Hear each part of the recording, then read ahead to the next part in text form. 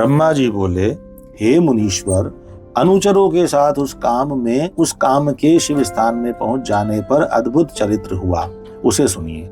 सभी लोगों को मोहित करने वाले उस महावीर काम ने वहां पहुंचकर अपना प्रभाव फैला दिया और सभी प्राणियों को मोहित कर लिया। हे मुने, बसंत ने भी महादेव जी को अपना मोहित करने वाला प्रभाव दिखाया, जिससे समस्त वृक्ष एक साथ ही फूलों से लद गए।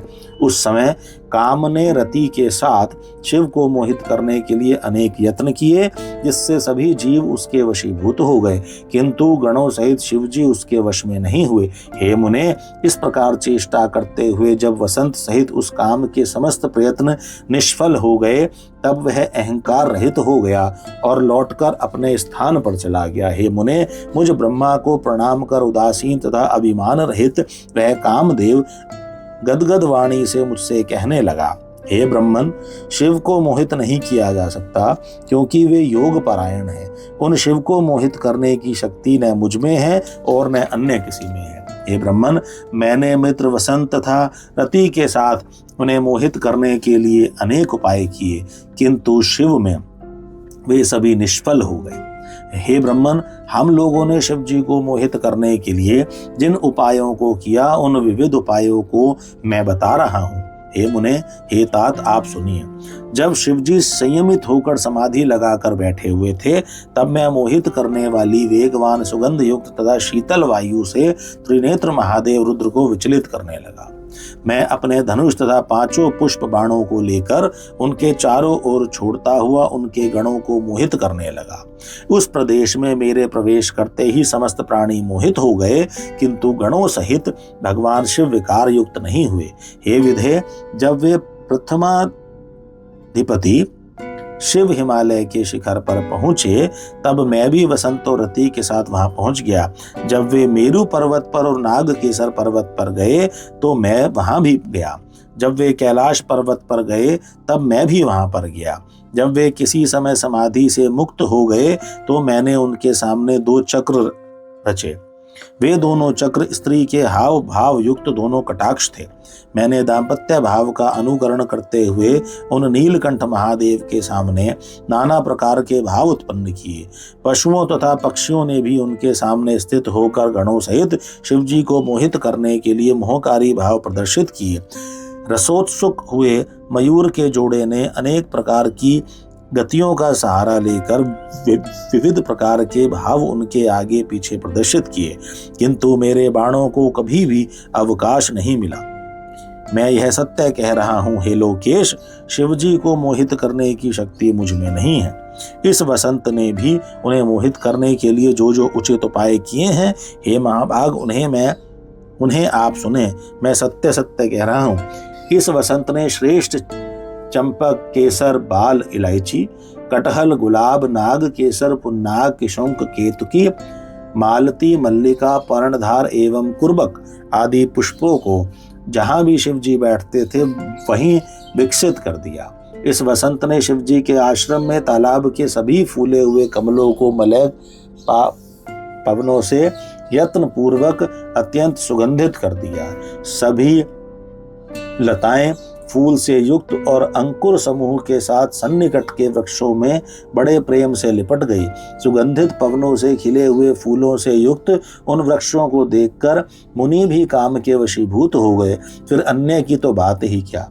इतना होने पर भी मैंने शंकर जी के मोहित होने का न कोई लक्षण देखा, न तो उनमें कोई काम का भाव ही उत्पन्न हुआ। इतना सब कुछ करने पर भी शंकर ने मेरे ऊपर अंश बात भी क्रोध नहीं किया।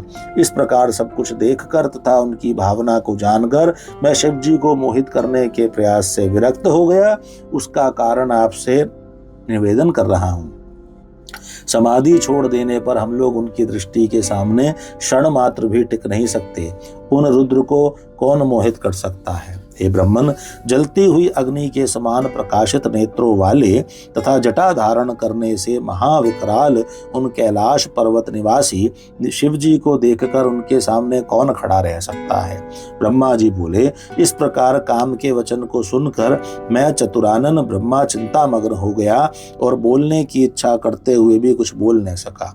मैं कामदेव शिव को मोहित करने में समर्थ नहीं हूँ। हे मुने, उसका यह वचन सुनकर मैं बड़े दुख के साथ उष्ण श्वास लेने लगा। उस समय मेरे निश्वास अनेक रूपों वाले महाबलवान, लपलपाती जीभ वाले, चंचल तथा अत्यंत भयंकर गणों के रूप में परिणत हो गए। उन गणों ने भेरी, मृदंग आदि अनेक प्रकार के असंख्य विकराल महाभयंकर बाजे बजाना प्रारंभ किया। मेरे निश्वास से उत्पन्न वे महागण मुझ ब्रह्मा के सामने ही मारो काटो ऐसा बोलने लगे। मारो काटो ऐसा बोलने वाले उन गणों के शब्दों को सुनकर वह काम मुझ ब्रह्मा से कहने लगा, हे मुने, हे ब्रह्मन। इस प्रकार उस काम ने मेरी आज्ञा लेकर उन सभी गणों की ओर देख कर उन्हें ऐसा करने से रोकते हुए गणों के सामने ही मुझसे कहना प्रारंभ किया, हे ब्रह्मन, हे प्रजानाथ, हे सृष्टि के प्रवर्तक, ये कौन विकराल एवं भयंकर वीर उत्पन्न हुए हैं? हे विधे, ये कौन सा कार्य करेंगे तथा कहाँ निवास करेंगे और इनका क्या नाम है? उन्हें आप मुझे बताइए तथा इनको कार्य में नियुक्त कीजिए। हे देवेश, इनको अपने कार्य में नियुक्त कर और इनके नाम रखकर तथा स्थानों की व्याख्या करके यथोचित कृपा करके मुझे आज्ञा दीजिए। ब्रह्मा जी बोले, हे मुने, उस काम की बात सुनकर उनके कार्य आदि का निर्देश करते हुए लोक प्रताप मैंने काम से कहा, हे काम, उत्पन्न होते ही इन सब ने बारंबार मारे मारे मारो मारो इस प्रकार का शब्द कहा है, इसलिए इनका नाम मार होना चाहिए। हे काम, अपनी पूजा के बिना ये गण अनेक प्रकार की कामनाओं में रत मन वाले प्राणियों के कार्यों में सर्वदा विघ्न किया करेंगे। हे कामदेव, तुम्हारे अनुकूल रहना ही इनका मुख्य कार्य होगा और ये तुम्हारी सहायता में सदा तत्पर रहेंगे, इसमें संशय नहीं है। जब जब और जहाँ जहाँ तुम अपने कार्य के लिए जाओगे तब तब वहाँ वहाँ ये तुम्हारी सहायता के लिए जाएंगे।